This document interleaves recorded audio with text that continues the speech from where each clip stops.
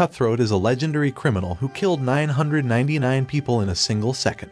However, he didn't have luck escaping and was arrested. He was initially sentenced to 972 years in jail, which quickly turned into him waiting for his public execution in the city of Kansai. But despite his psychopathic and murderous nature, there is someone who wants to save him. Messages are sent to the most wanted criminals around the city, stating they will receive $1 million if they save the crazy serial killer. Delighted with the reward, they all head to the location provided, the police station.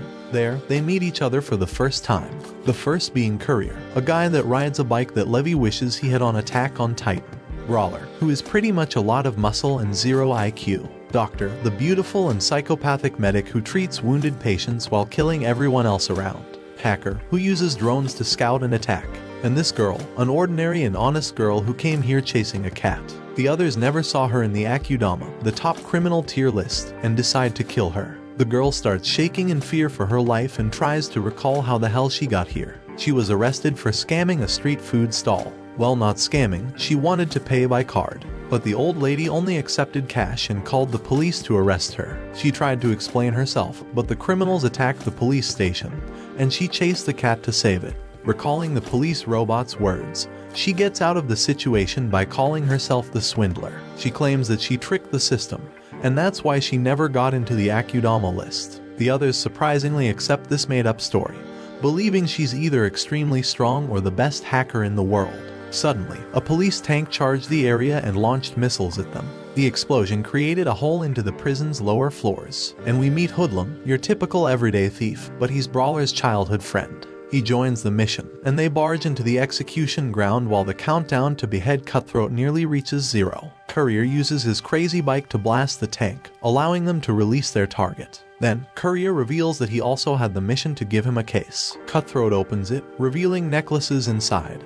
that he attaches to everyone's necks. These necklaces are bombs, making everyone confused. But the most shocking thing is that the cat starts talking to them. The talking black cat brought them together for a mission that will grant each of them $10 million. Their goal is to attack the only high-speed rail train that is transporting their target to the city of Kanto. Kanto is considered a utopia, where only the gods and rich people live, while Kansai is a city full of criminals like the Akudama. The squad then hijacked an airplane to discuss their plan, but they end up crashing into a hotel, where the cat explains in more detail. They must break into a vault that is concealed inside the train, but their only problem is that the train only stops for 20 minutes in Kansai to stock up, and they must use their time to complete the quest. During their discussion, they were interrupted by Master and Pupil, two members of the Executioners, an elite police force that eliminates the top criminals on the list. The two groups get into a physical altercation, with Brawler leading the way until Courier finally uses his bike to blast them off. The team manages to run and hide in an abandoned factory where they decide to put their plan into action. Swindler pretends to be a cargo deliverer and manages to get Hacker and most of the members inside. They split up to find the two switches that will deactivate the security system. However, there are a few columns creating a protective barrier that cannot be hacked. Cutthroat starts throwing his knife that destroys the first barrier, and starts repeating the process for the remaining ones. Meanwhile, Brawler, on the other side, Brawler is simply destroying the pillars with his bare strength. But they activate the alarm system, which reveals their location to the Executioners. The two Executioners went ahead to strike the group once again. This time, it was not only a battle between the gang and Executioners, but also a race against time. To reach Kanto, the train must enter the decontamination zone, where every physical body will be destroyed. Courier and Brawler stay back to confront and get beaten up by the Executioners, while the rest, along with the Black Cat, continued moving to finish the job. Brawler is always willing to put his life on the line both for his pride and his associates. But he has, at most, 2 performing brain cells which he used to deliver one of the most epic moments. Courier shot him, and he catches the bullet with his teeth, just to spit it back at the Master Executioner's shoulder. The others reach the front of the train, where they must unlock the door to finally reach their target. Hacker tries to do his thing, but a security robot appears and shoots a laser beam, forcing them to dodge. Brawler, on the other side, gets stabbed in the gut by Master Executioner's lightsaber. He manages to use his last strength to suplex the Executioner and knock him out. The group reaches the final carriage, and the cat turns to ash and leaves behind a key. Swindler uses it to open the vault, and they find 2 kids inside. The kids are the mastermind behind the Black Cat and the objective. They told the group that they must be taken to a certain spot back in Kansai, where they would be promised double the money they first made. But Hacker decides to stay behind on the train and go to Kanto.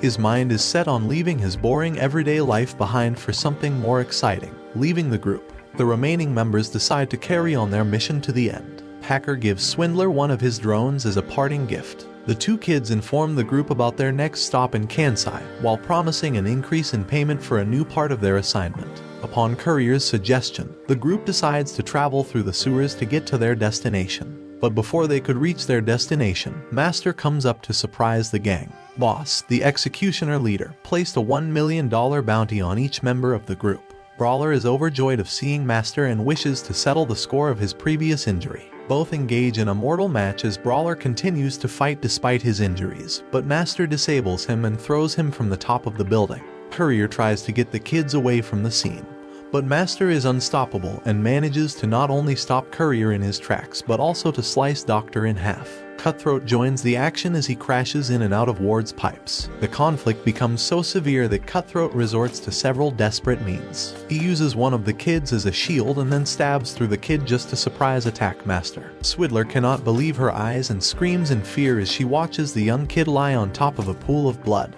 She holds onto the kid, trying to find a way to treat his injury. But the kid's sister tells it's okay because the kid can regenerate his body. The wound starts healing, and the kid wakes up telling Swindler she's making a fuss. But she hugs him, relieved that he's alive, startling the two siblings. Doctor also gets up, revealing she somehow used her crazy skills to heal herself up.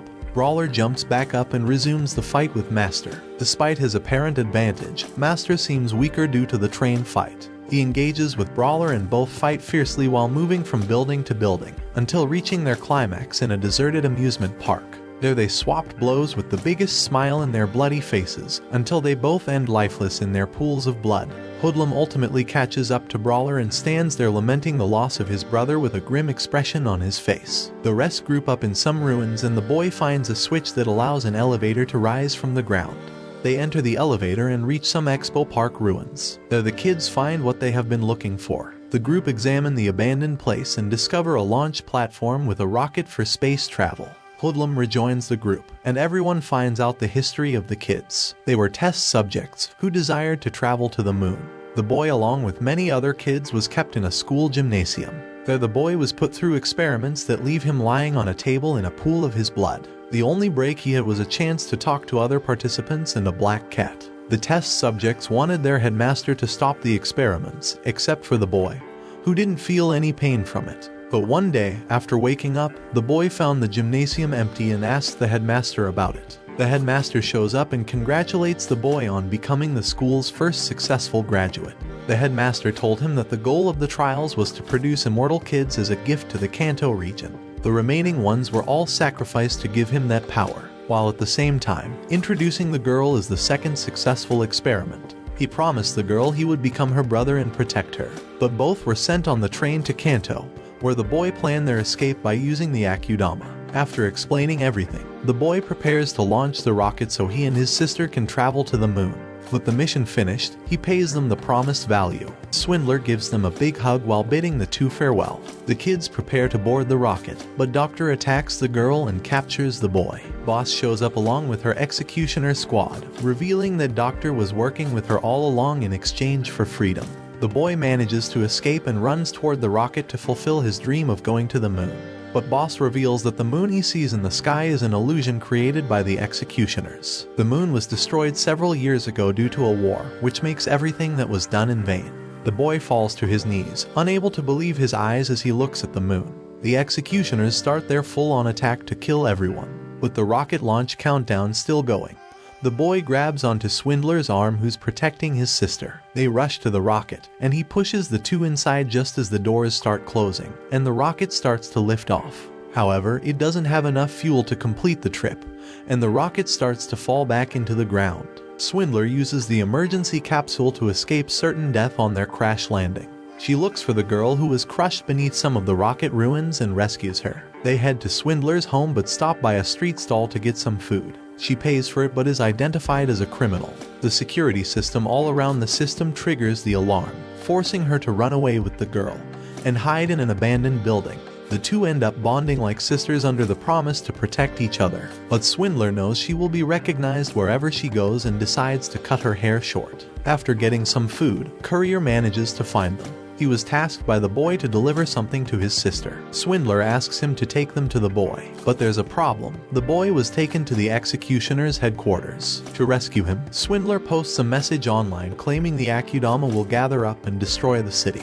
This creates a living hell on the streets as the citizens start hunting and killing every criminal on sight. They plan to invade the executioner's base and kill the arrested ones. Swindler, Courier, and the girl take advantage of the situation to sneak inside the headquarters. They find out the boy will be transported away in a chopper, prompting them to set up an ambush to save him. However, the three encounter something they are utterly unprepared for. Courier rides his motorcycle into a big, dimly lit room and Cutthroat is standing next to a pile of dead bodies. Since returning to the city, he has been on a killing spree. He lost all ability to think clearly and lunges at Swindler. She manages to run out into the hallways despite Cutthroat's obsessive desire to kill her, because he senses an innocent aura around her. Time is running out to save the boy before the chopper takes him away, but Cutthroat is still searching for her through the hallways. She tries to hide in a restroom stall, but he easily busts down the door, causing her to swerve around him and find another hiding place. Her only choice at the time is a suspicious door. She gets in and sees it filled with the lightsabers used by the executioners. Cutthroat begged her to open the door, apologizing for his violent behavior. She decides to comply, but he reveals it was a lie. He starts fiercely choking her until she kills him by piercing his chest with a lightsaber. She reunites with Courier and the girl to save the boy, but when they reach the rooftop, they see him being taken away. They chase the chopper back to the train destined for Kanto, where they are confronted by two executioners. Suddenly, Doctor and Hoodlum show up. Doctor wants to capture the girl for a reward, and Hoodlum just teamed up with her because he's a parasite that cannot survive alone. He sneaks up behind Swindler and threatens to kill her by putting a knife to her throat. Swindler uses memories of Hoodlum's friendship with Brawler to make him feel guilty, and he stops moving. Doctor calls him useless and reveals Brawler died because of her. After the first train fight against Master, she pretended to close his injuries so he could soon die. Shocked, Hoodlum releases Swindler, thinking how his brother died because of her. Suddenly, the citizens manage to break into the train station to forcefully board the train and move to Kanto, their paradise. Hoodlum takes advantage of the commotion and pierces Doctor's neck, but she also slashes his neck before passing away. The train loads up the vault containing the boy, forcing Swindler and the rest to rush inside the train. There, Swindler gets stuck in an illusion of her previous life, but she's saved by Hacker's drone. He explains they just went through the decontamination zone and almost got their minds separated from their bodies. Hacker only managed to survive because he transferred his mind to his drone. Swindler is confused, but she's more worried about the kids who are currently missing. They exit the front of the train and see something unexpected outside. An oddly desolate cityscape and what appeared to be no sense of gravity. Hacker claims that the hovering, shape-shifting mass is the actual Kanto. He explained that after the war, Kanto's residents worried about their mortality, so they transferred their minds inside a supercomputer. They find the boy and the girl imprisoned in some wiring, but don't understand what is happening. Hacker explains the supercomputer is trying to transfer all information inside the children's bodies. Swindler makes numerous attempts to save the siblings, but a defense mechanism keeps pushing her away. Hacker then gets into the supercomputer and starts hacking it from inside. The Kanto supercomputer's firewall initiates an attack on Hacker and destroys various sections of his body. He deactivates the defense mechanism, allowing Swindler to rescue the kids' physical bodies. But there was a cost: Hacker's life. Before dying, he programs the train to return to Kansai and tells them about a place where they can live peacefully. They get back inside the train, determined to reach the location Hacker gave them. But the train wasn't supposed to come back. Upon noticing it, the executioner's squad decide to launch missiles at it to destroy it. The group managed to survive the explosion, but Swindler's leg was damaged when she was trapped in the debris. But they cannot run away because there are executioners' drones trying to confirm their deaths. Without hope for everyone to survive, Swindler comes up with a strategy to divert everyone, allowing Courier to run with the kids to their destination. She warmly embraces the kids one last time and separates from the group to meet the executioners. She pretends to be an injured civilian who was caught in the blast, but the executioners recognize her despite her new appearance and stab her. At that same moment, the whole city falls into chaos. Swindler started a live stream minutes before being killed. Every citizen was watching it and heard her fake story. She was an ordinary person who became an orphan because the executioners killed her parents. And now, they want to incriminate her for being an akudama when she is a normal citizen. Hearing these words, the population went on havoc. They started rioting against the executioners because more people also lost their families for the same reasons. Afraid of being oppressed, the civilians started to kill every executioner, allowing Courier to have enough time to take the kids away. Watch this next video. See you on the next one.